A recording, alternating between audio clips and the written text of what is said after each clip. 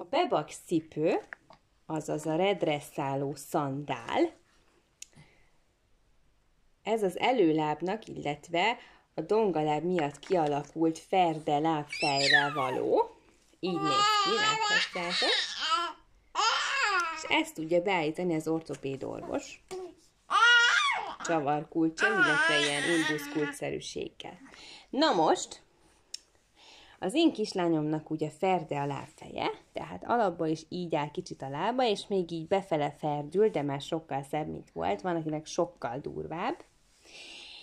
És erre fel kell helyezni a cipőt. Ha valakinek ennél durvább a helyzet, akkor azoknak ugye állandóan kell hordani, nappal is, éjszaka is, és több hónapon keresztül. Nekünk csak alkalmanként kell viselni, például ráteszem valamikor reggel, és akkor leveszem pár óra múlva, vagy esetleg este alvás közben, stb.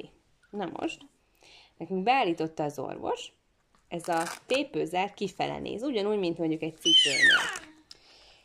Kell rárakni zoknit, én most nem fogok rárakni zoknit, hogy lássátok nagyjából, hogy helyezkedik fel, de mindenképp tegyetek alá zoknit, hogy ne dörzsölje ki a bőr.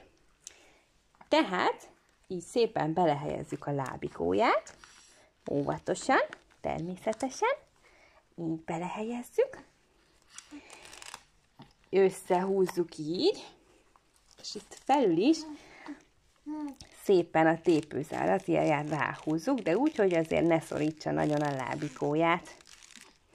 Tehát ez így fog kinézni, mutatom, így, és akkor láthatjátok, hogy kifele feszíti a lábfejét.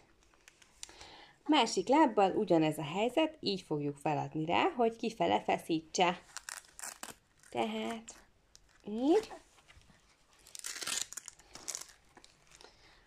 Bedugjuk a kis lábikókat, amíg nem akarnak megállni egy pillanatra sem. Kinyitjuk a tépőzárat, hogy biztosan beleférjen. Így. Hoppá! Jaj, a lábujjad! Szépen belerakjuk az izgő mozgó lábakat. Így. Jó. Oké, na, sikerült, csak sikerült. És akkor meghúzzuk a tépőzárat. Így, kicsit lefeszítjük, de úgy, hogy semmiképpen se fájjon neki. Semmiképpen se fájjon. Így, né. És megmutatom nektek, kicsit már kilóg belőle a lábujja, de az nem baj. Így, látjátok? Kifele feszíti neki a lábfejét. Ennek az ára körülbelül, hogyha felírja nektek az orvos, 800 forint, 830 forint, egyébként körülbelül olyan 40 000 forint lenne, vén nélkül. Köszi, hogy itt voltatok, és remélem, hogy minél hamarabb meggyógyulnak a kis lábikók.